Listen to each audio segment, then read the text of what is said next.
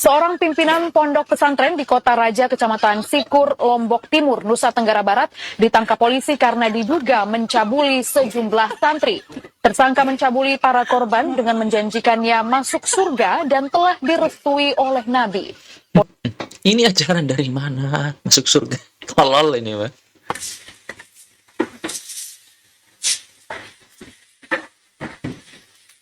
Pondok pesantren berpotensi punah kalau nggak segera berbenah. Sekarang kan udah era digital ya, teman-teman ya.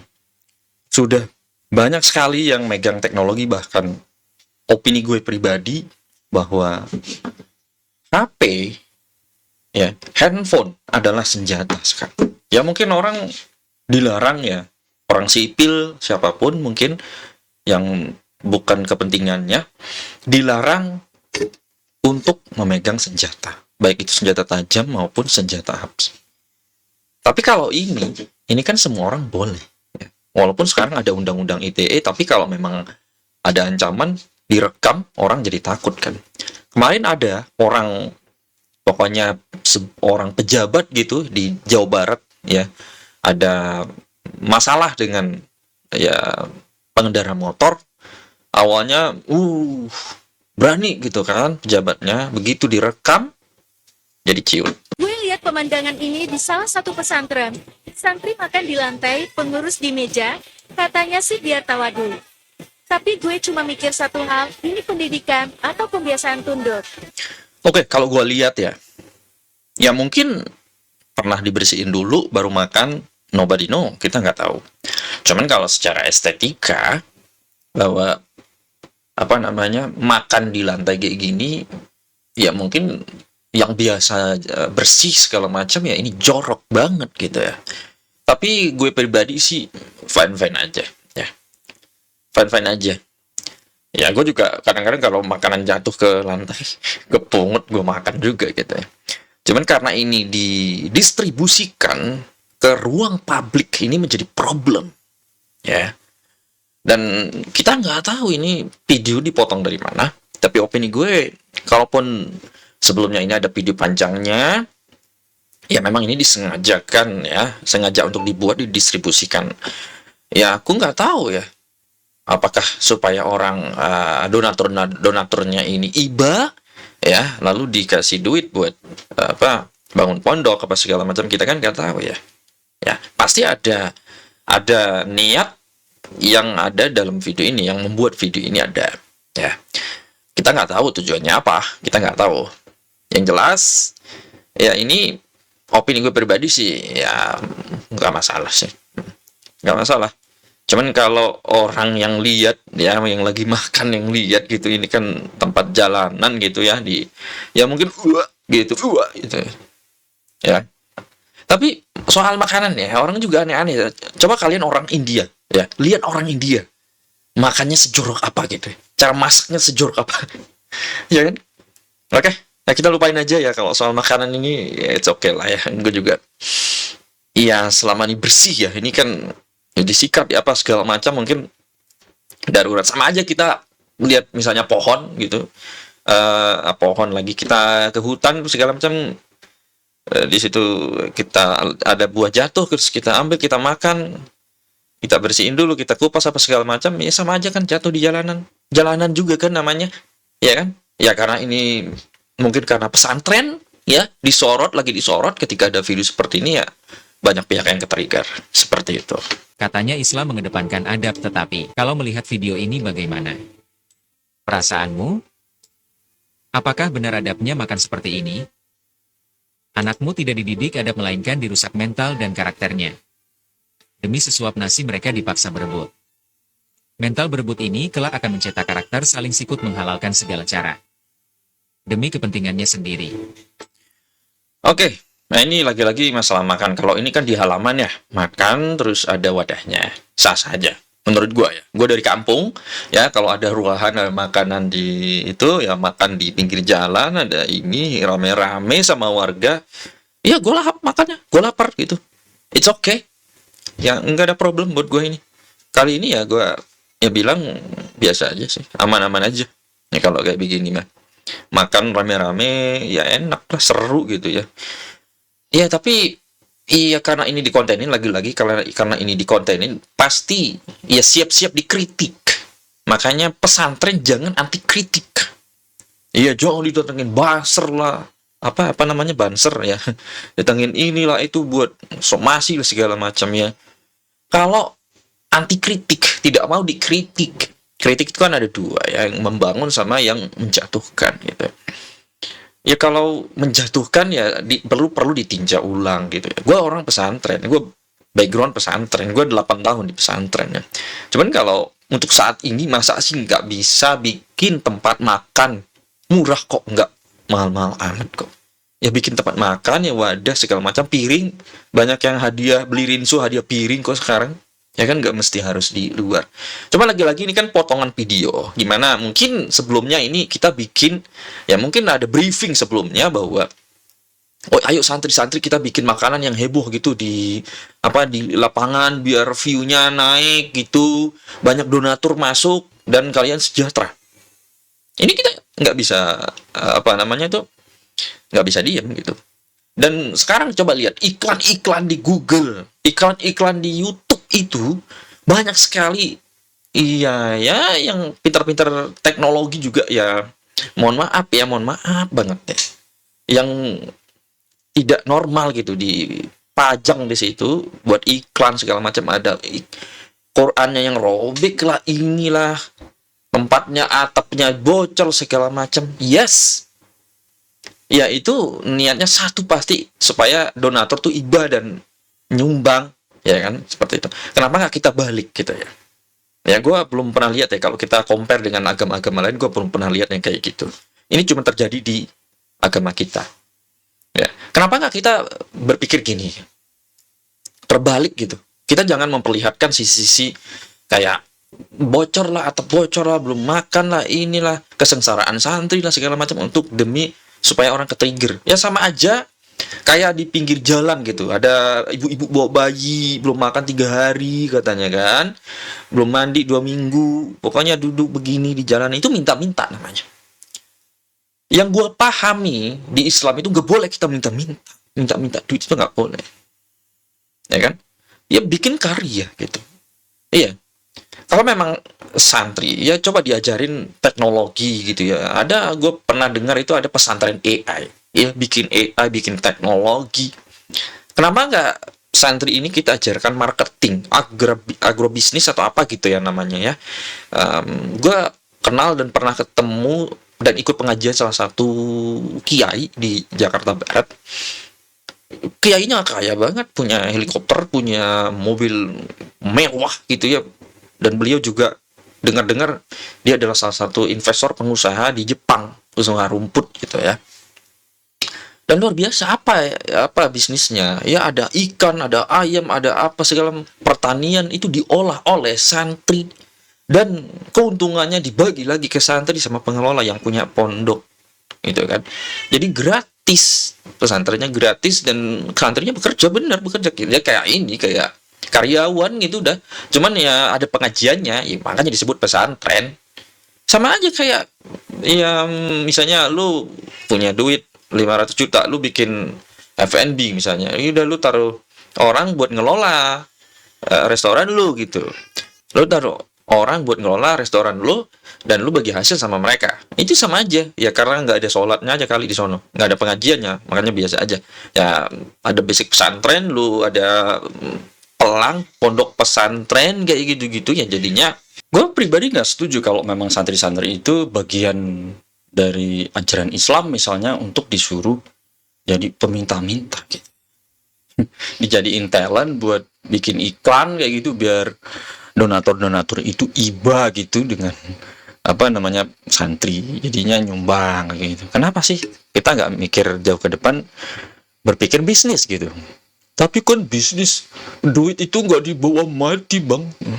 Iya, tapi cara lu itu bikin santri jadi pengemis-pengemis, bikin iklan segala macam. Coba cek aja di YouTube, gue banyak iklan-iklan kayak begitu. Memalukan. Ini bukan ajaran Islam, bukan. Ya, Islam itu ya gue setuju kalau Islam itu mengajarkan kita menjadi kaya gitu, ya kan? Supaya kita kuat, ya. Betapa banyak orang yang menjual agamanya ya demi itulah. Dan banyak juga yang nggak berakal gitu. Karena menurut gue orang yang beragama, beneran beragama adalah orang yang berakal gitu. Kalau dia masih koruptor ya dia bukan beragama, ya kan? Kalau memang dia beragama, dia beneran muslim sejati, dia nggak akan koruptor, dia nggak akan korupsi, enggak, dia nggak akan berbohong, dia nggak akan jadi pemalas. Kalau dia beragama, kalau lu masih pemalas, ya dipertanyakan lu masih beragama apa enggak gitu. Seorang pengasuh pondok pesantren di Batang, Jawa Tengah diperiksa polisi karena diduga mencabuli puluhan santriwatinya. Polres Batang kini memeriksa belasan remaja yang diduga jadi korban. Sebuah pondok pesantren di desa Wonosegoro, Batang, Jawa Tengah digeledah polisi terkait adanya laporan dugaan pencabulan. Jumlah korbannya tak tanggung-tanggung mencapai 50 orang santriwati. Dan mirisnya yang jadi terduga pelaku adalah pengasuh pondok pesantren itu yang berusia 58 tahun. Pria berinisial WMA itu sudah diamankan untuk dimintai keterangan. Sejumlah barang seperti kasur, alas lantai, dan beberapa pakaian santri juga turut disita polisi. Memang benar dan saat ini masih dalam proses penyidikan.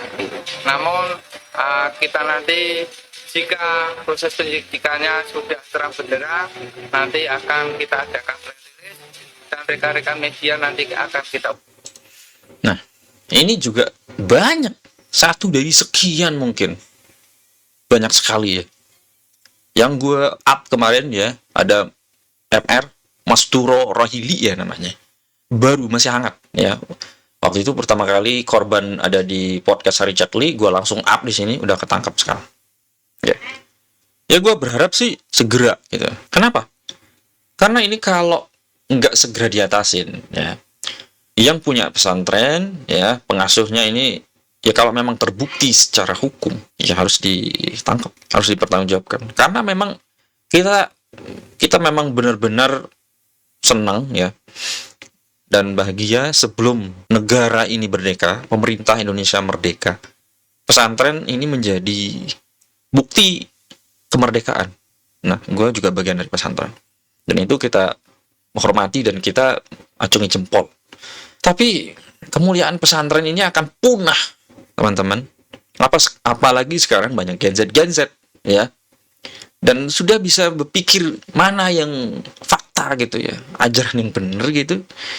Ya, apalagi kayak gini. Nah, harusnya ini ya pihak-pihak pesantren yang punya pesantren harus benar-benar memberantas dan benar-benar speak up gitu ya. Jangan ada yang bilang, wah ini bukanlah, ini cuman orang iseng lah apa segala macam, ya jangan seperti itu. Kenapa? Karena kalau kalian diam aja tidak speak up yang punya pesantren, ya mungkin orang-orang ya apa namanya itu ogah gitu ya masukin anaknya pesantren. Dan gini teman-teman, kalian sebagai orang tua juga ikut andil dalam mendidik anak kalian. Ya, banyak. Mungkin nggak tahu banyak apa enggak ya. Mungkin sebagian ya. Kalimatnya mungkin sebagian orang tua memasukkan anaknya pesantren karena terlalu tengil anaknya ya, terlalu apa ya sebutannya itu susah dibilangin gitu ya. Jadi agak ya kurang ajar lah kayak gitu, makanya digembleng di pesantren. Karena teman-teman gua dulu kurang ajar, ya tukang maling lah, tukang inilah, itu dimasukin di pesantren, setiap hari dipukul sama kiai ya, digembleng.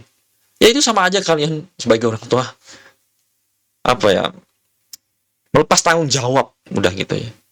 Karena ya hasil didikan lu lah sebagai orang tua. Kenapa anak lu jadi bandel kayak begitu gitu. Oke, kita lanjut. Fakta baru terungkap dari kasus pelecehan seksual yang dilakukan pemilik pondok pesantren kepada 12 santriwatinya di Bandung, Jawa Barat. Korban mengaku telah diberikan doktrin untuk melayani permintaan bejat pelaku sehingga tidak merasa bahwa perilaku tersebut salah. Kasus kekerasan seksual atau pencabulan yang dilakukan oknum pemilik pesantren di Bandung, Jawa Barat kini terus menjadi perhatian publik dan mendapatkan perhatian dari sejumlah institusi terkait. Setelah terungkapnya kasus pelecehan seksual yang dilakukan oleh HW, Pusat Pelayanan Terpadu Pemberdayaan Perempuan dan Anak atau P2TP2A Kabupaten Garut terus melakukan pendampingan. Selain pemulihan secara psikologis, mereka juga diberikan trauma healing agar kondisi para anak di bawah umur tersebut bisa pulih. Dari hal tersebut ditemukan fakta bahwa anak-anak yang menjadi korban pencabulan guru ini ternyata mengurus diri secara mandiri di sebuah rumah yang disediakan karena di dalam yayasan tersebut tidak ada pengurus lainnya selain pelaku. Para santri pun juga mengurus bersama-sama anak yang lahir dari perbuatan bejat pelaku yang kemudian disebutkan sebagai anak yatim piatu. Beberapa korban mengaku telah diberikan doktrin sehingga mereka merasa dilindungi saat berada di pesantren tersebut meski sebenarnya telah mendapatkan tindakan pelecehan seksual. Oke, ini doktrin ya. Doktrin supaya dapat surga, supaya dapat karomah, dapat segala itu tai kucing aja udah itu ya. Kalian sebagai orang tua ya, udah tahu pesantren kayak gini ya. Oke? Coba recheck dulu. Kalau anak kalian dimasukin ke pesantren dan itu satu rumah dengan pak kiainya, apa kalian nggak mikir gitu? Kalian nggak mikir anak kalian diperkosa? Nggak mikir. Sedangkan pamannya sendiri aja bisa perkosa keponakannya sendiri, bahkan anak kandung, bapak tiri, bapak kandung, ada yang kayak begitu. Apalagi orang lain seperti kiai, ya. Ketika itu hidup di satu rumah itu bahaya, ngerti nggak itu? Ini sebagai orang tua ini harus pakai otak juga ini. Jangan apa motivasi kalian gitu masukin anak ke pesantren gitu. Apakah kalian ingin lepas tanggung jawab gitu? Didikan nomor satu menurut gue adalah orang tua. Itu. Ya kalau iya orang tua bisa mendidik anak, gue yakin sih nggak akan sebanal itu. Itu didoktrin lah. Apa itu doktrin tai kucing gitu?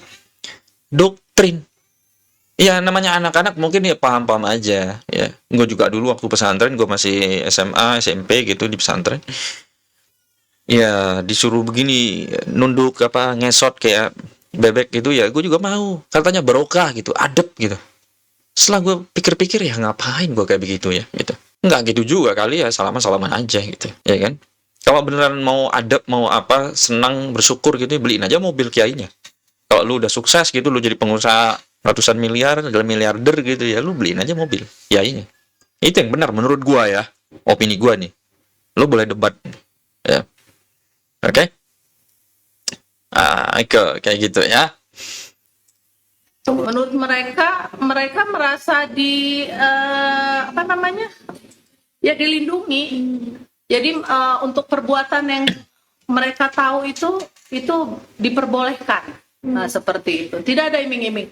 Mungkin kalau selama ini kenapa dia pengakuannya ada ke beberapa bahwa istrinya tidak melayani. Nah, itu modus pertamanya.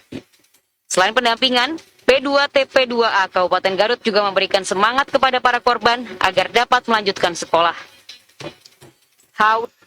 Ya itu bukan alasan tidak mau melayani segala macam, itu cuman modus aja itu ya. Karena doyan sek aja udah ini. Gak usah ribet-ribet lah ya. Ya, oke. Jadi ini teman-teman sebagai orang tua yang mau masukin anak ke pesantren, lihat. Pesantrennya itu nyatu nggak gedungnya sama rumah ini. Sama pesantren sama rumah kiainya gitu. Kalau nyatu udah hati-hati aja. Ya, anak lu diperkosa. Ya kalau memang rumahnya jauh gitu ya, pengelolanya jauh dan itu memang banyak CCTV di situ, ada pengamanan apa segala macam, santri putri, santri cowok gitu, putra, ya bagus itu. Yang benar-benar terbuka publik gitu ya. Kalau memang pesantren yang sulit dimasuki media segala macam, investigasi susah ya, hati-hati aja. Dan ini catatannya, rumah kiai sama pesantrennya itu harus misah. Kalau kebanyakan kasus-kasus mesturo itu kiai yang di Bekasi itu anak angkat yang disekolahin, yang dikuliahin itu sama aja. Anak angkatnya cewek, cakep misalnya udah gede diperkosa juga. Ya kan? Sahabat-sahabat keluarga besar Nahdlatul Ulama yang hadir pada siang hari ini di kantor Trust 7. Sahabat-sahabat, mana Ansor? Salah satu tugas Ansor dan Banser adalah menjaga kiai ulama dan pesantren. Apabila ada kiai ulama kita yang dihilang, maka Ansor dan Banser akan menjadi garda Ini penghinaannya di mana coba? Ini coba kita bedah ya. Kita lihat videonya, coba teman-teman lihat penghinaannya di mana. Kalau narasinya, iya mungkin itu sedikit mengejek. Dan gue juga nggak begitu setuju sama narasi itu. Cuman kalau menghina gitu ya, ya misalnya disebut nama atau pesantren apa, dibilang hewan apa segala macam, itu menghina. Cuman kalau mengkritik misalnya memberitakan, iya kenapa di post? Nah itu kan dibikin tuh. Dibikin videonya saat-saat begitu apa itu kan ada kameramennya mungkin ya Pak Kiai PKI itu ya. Nah itu diposting ke sosial media secara publik, kemudian dikritik, kenapa marah? Coba, kalau lu nggak mau dikritik, jangan dipublish dong videonya. Ya, gue juga bikin video sepertinya ada yang kritik, ada yang mendukung, bodo amat ya. Kritik aja, dukung aja. Pokoknya gue kedepankan akal sehat karena gue beragama, gue berakal. Gitu. Karena gue yakin orang yang beragama adalah orang yang berakal gitu. Ya kan? Masalah apa sih sepele banget gitu ya. Rumah kiai dibersihin. Emang salahnya di mana gitu? Menurut gue, salahnya di mana? Kalau memang dipaksa ya itu ya nggak boleh. Memaksakan seseorang itu nggak boleh gitu ya. Bersihin mobil kiai, gue juga punya punya orang kepercayaan kalau mobil gue dicuciin, bukan dia yang nyuci sih, dicuciin di tempat cuci sih sebenarnya. Ya gue berterima kasih. Ya kan senang aja gue ngajarin dia berkendarai mobil terus dicuciin segala macam, dianterin kemana-mana, senang. Iya. Apa salahnya di situ gitu? Menurut gue. Cuman dari pendemo ini juga dihina gitu, dihina. Apanya yang dihina gitu ya? Kan itu diberitakan bahwa proses-proses kayak begitu santri jongkok apa segala macam. Iya, sedang diperlihatkan ke publik seperti itu. Sekarang ini udah zaman teknologi. Jadi ada yang buat video, diupload ke ruang publik, dikomentari, ya dikritik. Kita harus terima, ada yang kritik membangun, ada yang kritik yang tidak membangun. Kalau memang tidak berlandasan logika, tidak masuk akal kritiknya, iya dibikin aja narasi balik gitu ya. Ya kalau dikritik dijawab dengan kritik, sampaikan faktanya. Oke, misalnya kiai langsung jumpa pers. Kita santri-santri mungkin di testimoni satu-satu, ini kalian merasa ini enggak segala macam, kita cari barokah. Kita enggak ini, kalau kita daripada di pondok enggak ngapa-ngapain, kita bersihin rumah kiai segala macam. Sesimpel itu kan. Menurut gue sih harusnya begitu, enggak mesti harus demo. Buat apa sebenarnya? Cukup aja, Pak Kiainya kan banyak kameramennya tuh. Tinggal testimoni aja. Ini kalian lagi rame nih, lagi disorot. Ini kan momentum buat teman-teman tuh teman-teman alumni, teman-teman santri buat speak up gitu, buat berkarya gitu. Ya kan? Kalau kalian merasa benar, kita nggak disuruh kok, nggak dipaksa sama kiai kayak begini-gini. Lu speak up lah. Gunakan akal sehat gitu ya. Berakal gitu ya. Ya, misalnya jongkok sambil jongkok terus minum kasih susu segala macam, ya kalau jelasin itu adab kita menurut, tapi jangan jelasin ini adalah bagian dari Islam gitu, itu bukan ajaran Islam, itu budaya lokal ya kan. Salaman aja udah, kiai kasih ilmu ke kalian ya, gue tahu gue santri ya, alhamdulillah ya. Kalau kalian udah kaya, beliin aja mobil kiainya, udah selesai. Ya kan? Bangunin pesantren lagi, udah. Kalau udah kaya, itu kan. Karena gini, gue pernah dengar beberapa kiai juga ya, jangan sampai lu sujud, cium-cium kaki kayak gitu ya. Kaki emak lu udah cium belum? Gitu. Bahkan kaki emak lu juga, emak lu nggak mau juga kan. Masalahnya. Orang tua misalnya cium kaki lah, ini basuh kakinya.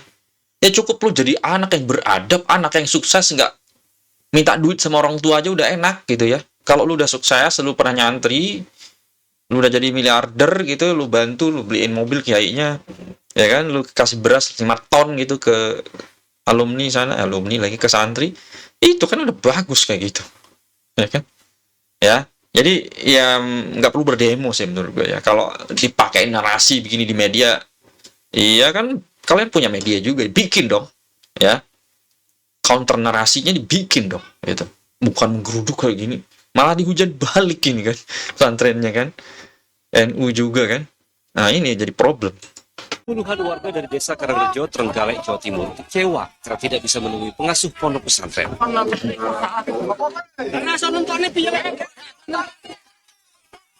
Penjelasan dari perwakilan pesantren pun sulit diterima warga. Sebagian dari masa yang datang akhirnya masuk ke dalam pondok untuk mencari pimpinan pesantren, tapi hasilnya pun nihil. Mereka datang pada Minggu siang meminta pertanggungjawaban pria berusia 50 tahun itu yang diduga melakukan kekerasan seksual terhadap santriwati berusia 19 tahun hingga akhirnya melahirkan seorang anak. Logikanya di mana gitu ya? Ini juga sebagai anak ya, sebagai santri lah, siswa-siswi lah kayak gitu ya. Kalau kalian diperlakukan yang tidak senonoh, disentuh apa segala macam sama pihak siapapun yang di luar mahram kalian, kalian harus speak up, jangan diam aja gitu. Masa disentuh gitu sampai dihamilin sampai ini diam aja? Lapor polisi lah, ya. Bawa HP, rekam itu, ya kan? Rekam ini senjata buat zaman sekarang. Kalau orang direkam selesai, ya kan? Nggak berani, lu bawa pisau segala ya, lu dituduh ini nanti. Kalau ini kan bukan senjata, tapi dalam arti senjata yang aman gitu, direkam gitu kan, bisa kena pelanggaran undang-undang kan, dan itu pengancaman segala macam, ya kan, lu segala macam ya banyak. Kenapa harus diem aja gitu, ya? Makanya dari kecil memang harus diajarin speak up, berani bicara gitu. Makanya ini, gue nggak TK ya, gue sekolah SD sampai perguruan tinggi gitu ya, kita diajarin tangan di atas meja, yo gitu. Dengerin bapak, nggak boleh ada yang bicara gitu kata gurunya, katanya bapak gurunya. Ngapain kayak begitu? Oke, di Amerika ya kita tahu lah liberal sana ya. Itu belajar di sana bisa sambil makan, sambil ngopi, bahkan lagi podcast juga sambil makan, sambil ngerokok, sambil minum kan boleh-boleh aja. Kan transfer ilmu sebenarnya di sini, transfer ilmu, ya kan? Belajar itu kan, iya belajar bagaimana caranya kita dari nggak tahu jadi tahu kan kayak begitu. Nah, sampai kalian dicolek, dihamilin, sampai punya anak, kalian diam aja. Ini, mudah-mudahan ada yang dengar nih para santri. Pasti akan ada pro kontra, gitu ya. Tapi, kalau pesantren, dunia pesantren masih disorot seperti ini, pencabulan, pemerkosaan, ya kan, kayak begini-gini, punah. Akan punah, teman-teman. Karena, udah mulai ada pemikiran-pemikiran yang ngapain gue masukin anak ke pesantren kalau kayak begini. Tapi dicekulin lagi anak gue. Ya kan? Jadi bermasalah ini nanti. Meminta pertanggungjawaban kepada pemimpin pondok, yang mana ketika ada santri yang masih aktif di pondok tersebut itu hamil, untuk mediasi mempertemukan antara si korban, bayi, dan pemimpin pondok tersebut. Pada Minggu malam, puluhan warga pun mendatangi Balai Desa Sugihan, Trenggalek, Jawa Timur untuk mediasi dengan pengasuh pondok pesantren.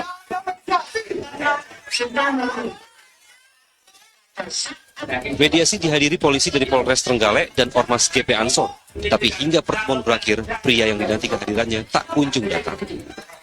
Saya komitmen agar kasus ini benar-benar diselesaikan secara profesional, nggak ada main mata, nggak ada main apapun.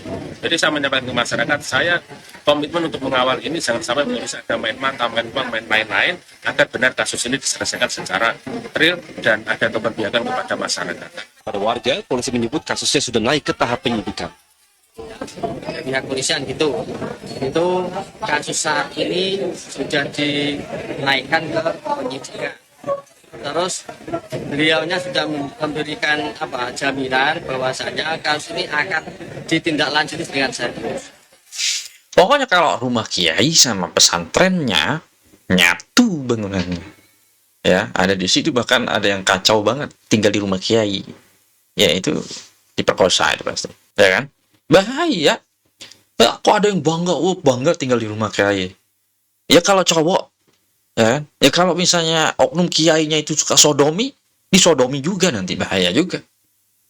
Makanya harus ada ranah privasi, rumah yang mana rumah, kantor yang mana kantor, tempat kerja kayak gitu, ya kan? Nah kalau nggak begitu ya bahaya, karena penyelewangan seksual, penyimpangan seksual juga mesti terjadi, nggak hanya ke cewek, ada yang disodomi kan pasti ada, ya kan? Ngeri tetap. Apalagi, iya tergoda lah oknum kiainya, ini banyak kali santri-santri lagi bening-beningnya gitu, ABG gitu, hasratnya itu naik. Ya kan? Jadi ini bukan mau ngajarin Islam. Islam cuma tameng doang di situ, ilmu agama Islam. Tameng doang di situ. Sorban doang ya kan. Ini nggak diajarin beradab, berakal. Beginilah keributan yang direkam warga saat seorang kiai sebuah pondok pesantren di desa Curah Petu, Kedung Jajang, Lumajang diamankan polisi Kamis sore. Penangkapan diwarnai kemarahan wali santri dan warga terhadap terduga pelaku. Mereka meminta penjelasan atas dugaan pelecehan seksual terhadap 3 santriwati. Kasus ini bermula dari 2 santriwati yang mengadu kepada orang tuanya dan berujung pada laporan ke polisi. Kini kasus tersebut masih dalam pemeriksaan di Mapolres Lumajang. Terjadi nanti akan kita lakukan penyelidikan lebih lanjut apakah benar seperti dugaan yang diadukan oleh Bu Vanessa. Kemudian selanjutnya saya minta untuk warga masyarakat, karena ini sudah ditangani oleh pihak yang berwajib, agar percayakan pada kami untuk proses selanjutnya. Oke, sekarang mah udah ini ya teman-teman ya. Penegak hukum kita juga, gue lihat juga udah lurus-lurus saja. Gue suka dan gue senang banget ya. Ada kasus langsung kayak Mas Rohili itu nggak sampai lama-lama itu langsung ditangkap. Karena udah jelas ya, kalau udah jelas korbannya siapa, terbukti secara hukum, ngapain pakai tunggu-tunggu ya, langsung aja udah kasih ini baju pink gitu ya kan gitu. Dan apa ya, lemahnya edukasi sih sebenarnya di Indo ini ya, edukasi gitu. Lebih suka dengerin song horek gitu ya, entertainment gitu ya, suka-suka yang berbau hiburan gitu ya. Sedangkan edukasi itu kurang. Tapi untuk saat ini udah jauh lebih baik ya, karena banyak muncul sekarang podcast orang bicara ya, speak up segala macam ya. Makanya banyak artis-artis yang tergeser dari dunia hiburan ya. Ada yang jadi politikus lah, ada yang jadi anggota dewan sekarang kan, artis-artis ini ya, karena memang job artis mungkin dunia hiburan udah mulai berkurang ya. Semenjak ya podcast ini masuk ke Indonesia, udah banyak sekali yang bikin, dan gue juga bikin.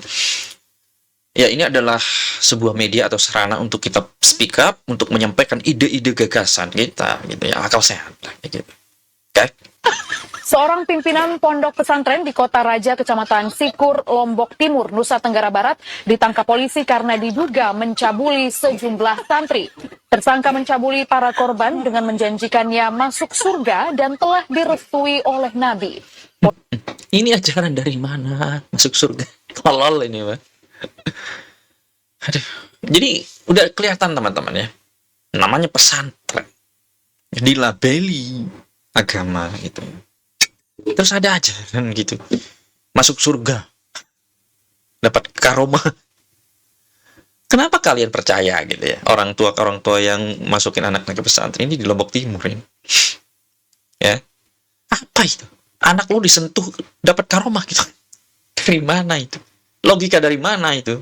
Ya kan? Orang kafir aja paham kok itu. Gak perlu orang yang S5 ya, sarjana agama, nggak perlu. Orang kafir aja ngerti kok, orang disentuh bukan muhrim ya, itu haram kan, nggak boleh ya dalam konteks ini ya, digaulin gitu ya. Tapi bang, ada dokter yang menyentuh, itu beda konteks, itu beda konteks ya. Orang dibunuh ya, dituncap, dimutilasi, nggak boleh. Tapi ada ya orang dokter yang motong kaki orang ya, kalau nggak dipotong akan habis badannya. Nah itu boleh kan? Beda konteks. Jadi harus benar-benar, kita harus bisa mikir. Makanya kita harus bisa berakal dulu, akal sehat dulu. Udah, nggak usah terlalu mikirin yang gaib-gaib dulu lah ya. Ya kalau masih bisa dinalar dengan akal sehat, kenapa enggak gitu? Ya kan? Black rumput perut orang secara nggak ada sebab kan nggak boleh. Tapi kalau ibu hamil di black sama dokter ngeluarin anak kan boleh. Ya kan? Gue sih mikirnya begitu. Ini dikasih karomah, dikasih janji surga dari mana? Terus dikultuskan gitu, kiainya suci gitu, nggak punya dosa. Lah itu dosa. Polisi menutup sementara aktivitas di pondok pesantren untuk kepentingan penyelidikan lebih lanjut. Atas perbuatannya, tersangka dijerat pasal perlindungan perempuan dan anak dengan ancaman hukuman 15 tahun penjara. Timur telah menetapkan tersangka inisial LN, yang dimana tersangka ini sudah kita lakukan penahanan, jadi prosesnya sementara dalam proses sidik dan sedang berjalan. Berapa laporan? Kalau untuk laporan ada 2 korban. Seorang pimpinan pondok pesantren di Kabupaten Kuningan, Jawa Barat diringkus setelah salah satu orang tua korban melaporkan kasus pencabulan ke Mapolres Kuningan. Nah, ini lagi-lagi pencabulan lagi. Ini oknum-oknum kiai ini doyan banget sama cabul gitu ya. Pencabulan gitu. Kenapa nggak pakai PSK aja itu ya? Oh, mungkin nggak mau bayar kali ya. Dan PSK itu udah banyak dipakai orang ya. Kalau santriwati kan itu virgin semua, perawan semua. Mungkin doyannya itu kali ya. Ya Tuhan ya. Gimana kalau sehatnya ini? Makanya gue bilang di awal tadi, kalau pesantren nggak berbenah, sekarang udah dikritik kayak begini. Gue orang pesantren awalnya. Ya, gue lulusan pesantren dari SMP, MTS, Madrasah Aliyah. Ya, gue orang dalam. Gue kritik langsung. Nggak, sekarang udah di luar gue. Kalau pesantren ini nggak mau dengerin kritik dan dikritik malah berdemo, dibilang marwah kiai diinjek-injek lah kayak gini-gini. Coba kalian sorotin dong kasus-kasus kayak begini. Lu demoin itu pesantren A demo ke pesantren B misalnya. Karena ada kasus-kasus kayak begini. Setelah itu kalau udah diinin sama hukum ya udah selesai gitu. Terus bikin dong, ya pesantren A bisa bikin drone misalnya, pesantren B bisa bikin AI, pesantren C bisa bikin ini segala macam debat agama di luar negeri misalnya, pernah bikin ini. Ya kan kita menuntut ilmu agama, menuntut ilmu duniawi kan supaya kita lebih bernalar, lebih berakal sebenarnya. Tapi kalau dibilang karomah, dijanjiin surga, itu kalian percaya, kalian masuk ke pesantren itu tambah dungu. Gue bilang aja kayak Rocky Gerung, dungu. Ya kan? Masa kalian nggak bisa bedain ya? Kalian udah gede, udah dewasa, terus kasih doktrin-doktrin aneh. Makanya kalau ada kiai-kiai lagi ceramah itu nggak boleh tanya jawab gitu, nggak boleh berdebat, nggak boleh ini. Ya kalau misalnya tanya aja, harusnya kiai itu begitu. Ya kan? Jangan mentang-mentang iya otoritas tertinggi gitu, terus kita nggak boleh bertanya, nggak boleh berdiskusi. Ya itu gimana? Jadi cuma satu arah ya, ngomong-ngomong bersabda begitu. Terus kita nggak boleh bertanya, nggak boleh ini speak up. Apa namanya itu? Doktrin kan namanya itu. Doktrin diperkosa itu, dicabulin supaya masuk surga. Oke. Silakan kalian berkomentar di video ini ya, sampaikan ya pakai akal sehat ya. Silakan. Mau pro, mau kontra silahkan. Yang nggak setuju sama opini gue, statement gue, ya tulis aja di situ. Yang setuju silahkan. Gue bikin video seperti ini supaya kita lebih mencerahkannya. Gue orang pesantren awalnya. Tapi gue berakal sehat. Ya kalau iya itu sudah sesuatu yang tidak di luar nalar gitu, udah nggak masuk akal gitu. Ya, kenapa kita perlu percaya? Nggak perlu kita belajar S10 untuk sarjana agama, nggak perlu untuk hal-hal kayak begitu. Ya cukup kita bernalar aja ya, yang sehat ya. Kita udah tahu itu benar apa salah gitu. Oke? Terima kasih.